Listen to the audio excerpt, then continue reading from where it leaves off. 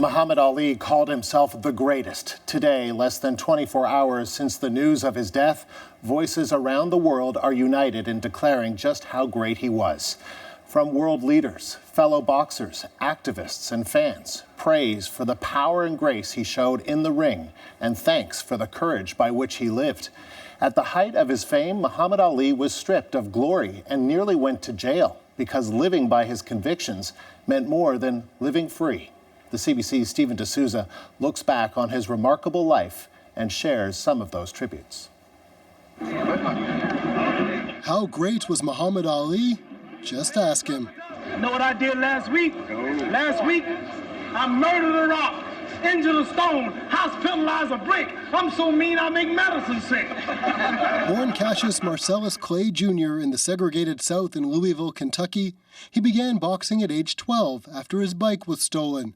He told a police officer he'd whoop whoever took it. Look like a butterfly and sting like a bee. Ah, rumble, young man, rumble. Ah. With fists as fast as his tongue, he spoke and moved unlike any boxer before him.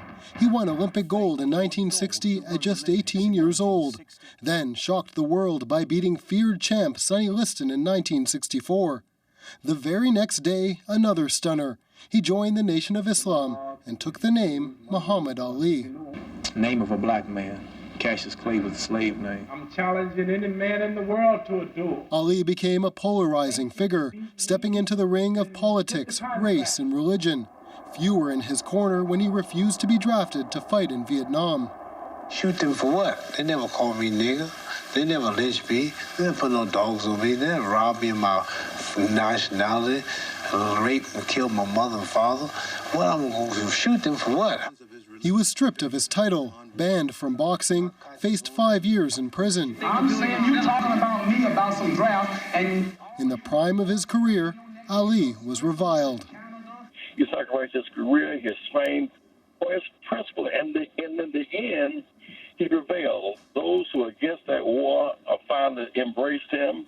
The Supreme Court ruled in his favor in 1971, and Ali returned to the ring, brash as ever. I don't think that there's no heavyweight alive who couldn't beat me. I know there are none alive. Frazier's badly hurt. The early 70s marked the era of his greatest fights on the world's biggest stages.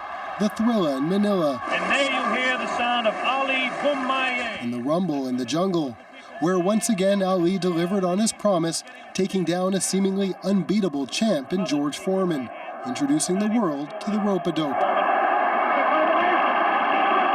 Muhammad Ali has won by a knockdown. The thing they said was impossible, he's done. So after you get out of the ring with him and look at him, everybody falls in love with him. You can't help it. He was one lovable, good-looking, great guy. Ali retired in 1981. And later, even as Parkinson slowed his body and speech, the champ continued to inspire. Asked to light the Olympic cauldron in 1996 in Atlanta. Muhammad Ali is a legend in his time, but he's a fighter for the people, and that's what he always said, never forget where you come from and stand up for what you believe in. His complicated stance on race angered both whites and blacks. It's just white people's country. President's white, the White House is white. Today he was remembered by the president who had him as a special guest at his inauguration.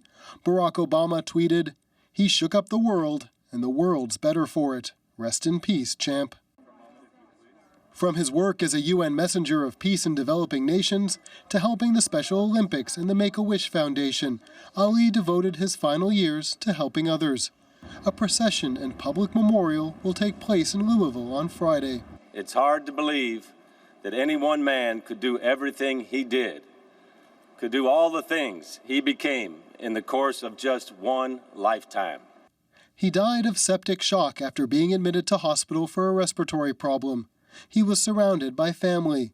His daughter says her father's heart continued beating 30 minutes after all other organs failed.